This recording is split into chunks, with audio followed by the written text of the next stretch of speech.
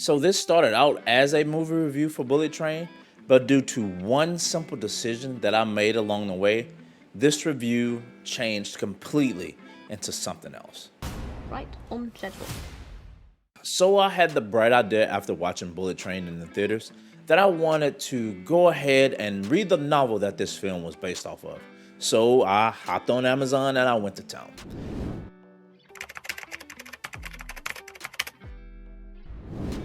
And let me tell you, this was a huge mistake. I would objectively say that Bullet Train was a solid 7 out of 10. But that score for me started to change after I read the novel and I saw how different the film adaptation was in comparison to the novel. The plot itself was as simple as it gets. It was a heist gone wrong. Now, on the surface level of things, this is fine.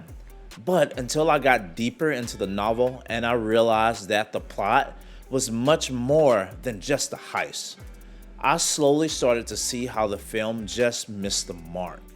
The tone of the film was set to be something very different according to the cast. It was set to be a dark, rated R action film. But this all changed during the course of filming to more of an action comedy. The cast itself thought that going this route was a much better idea than just another action film. And I would have to both agree and disagree with this statement in a way. The film's dark action tone and the action comedy toned film that we got in the theaters, both in my opinion, were wrong.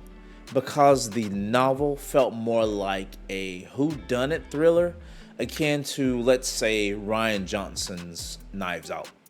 And to me, it feels like no one on the set actually read the novel. If they had, they would have known how vastly different the book was from the film's script, tone wise, and character wise.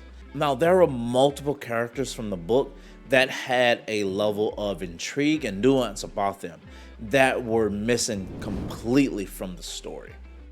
Now, in an article that I read from Screen Rant, the team behind the film attributed the difference in tone between the novel and the film to the John Wick franchise having a pseudo monopoly on R-rated action films. And this right here further hammers home my point that no one on the set actually read the novel, nor I feel like they didn't understand the writing. The character development in the film wasn't even a fraction of what we got in the novel. We're gonna take Kimura's character for instance. He was so poorly represented in the film that this should be a crime. There was a ton of backstory to his character that we never got. His missing backstory, I think, would have made him much more than just the throwaway character that we got in the film. And then we talk about his parents. They played a much different role in the novel versus what we got in the film. And their reveal in the novel was that oh moment that just came out of nowhere.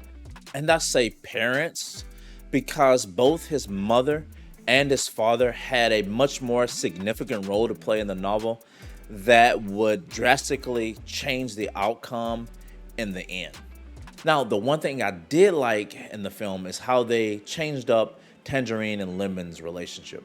I just felt that it better fit the duo and made much more of an impact when things went down in the film. And I think these two characters, they stayed the closest to their original characters from the novel than any other character that was adapted to the film. Then we have the prince. This, in my opinion, was the worst change of them all. The character motivations for the prince were completely different in the novel versus the film. And the relationship between him and Kimura played out much differently and much more intriguing in the book than what we got in the film as well. There was much more of a build-up and deep dive into the prince's psyche during the course of the book that we just didn't get in the film. But we also got a chance to see how the prince targeted Kimura and how vastly different it was in comparison to the watered down version that we got in the film.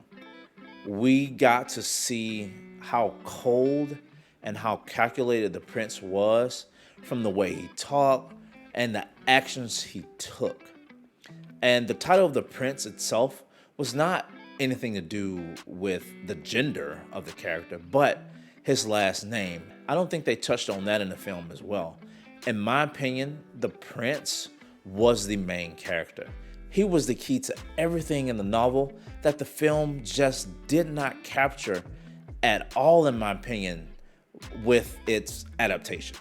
Now, overall, the film itself was just okay. I feel like it suffered from attempting to be more of a Kill Bill and not enough Knives Out. The characters also were drastically watered down, alongside the film being filled with pretty much all the Hollywood tropes. And at this point, I have to say that Bullet Train just missed the mark. The Bullet Train novel was one of the best novels I've read in a long time. And if you're into reading as a hobby, this is definitely worth a read and a purchase.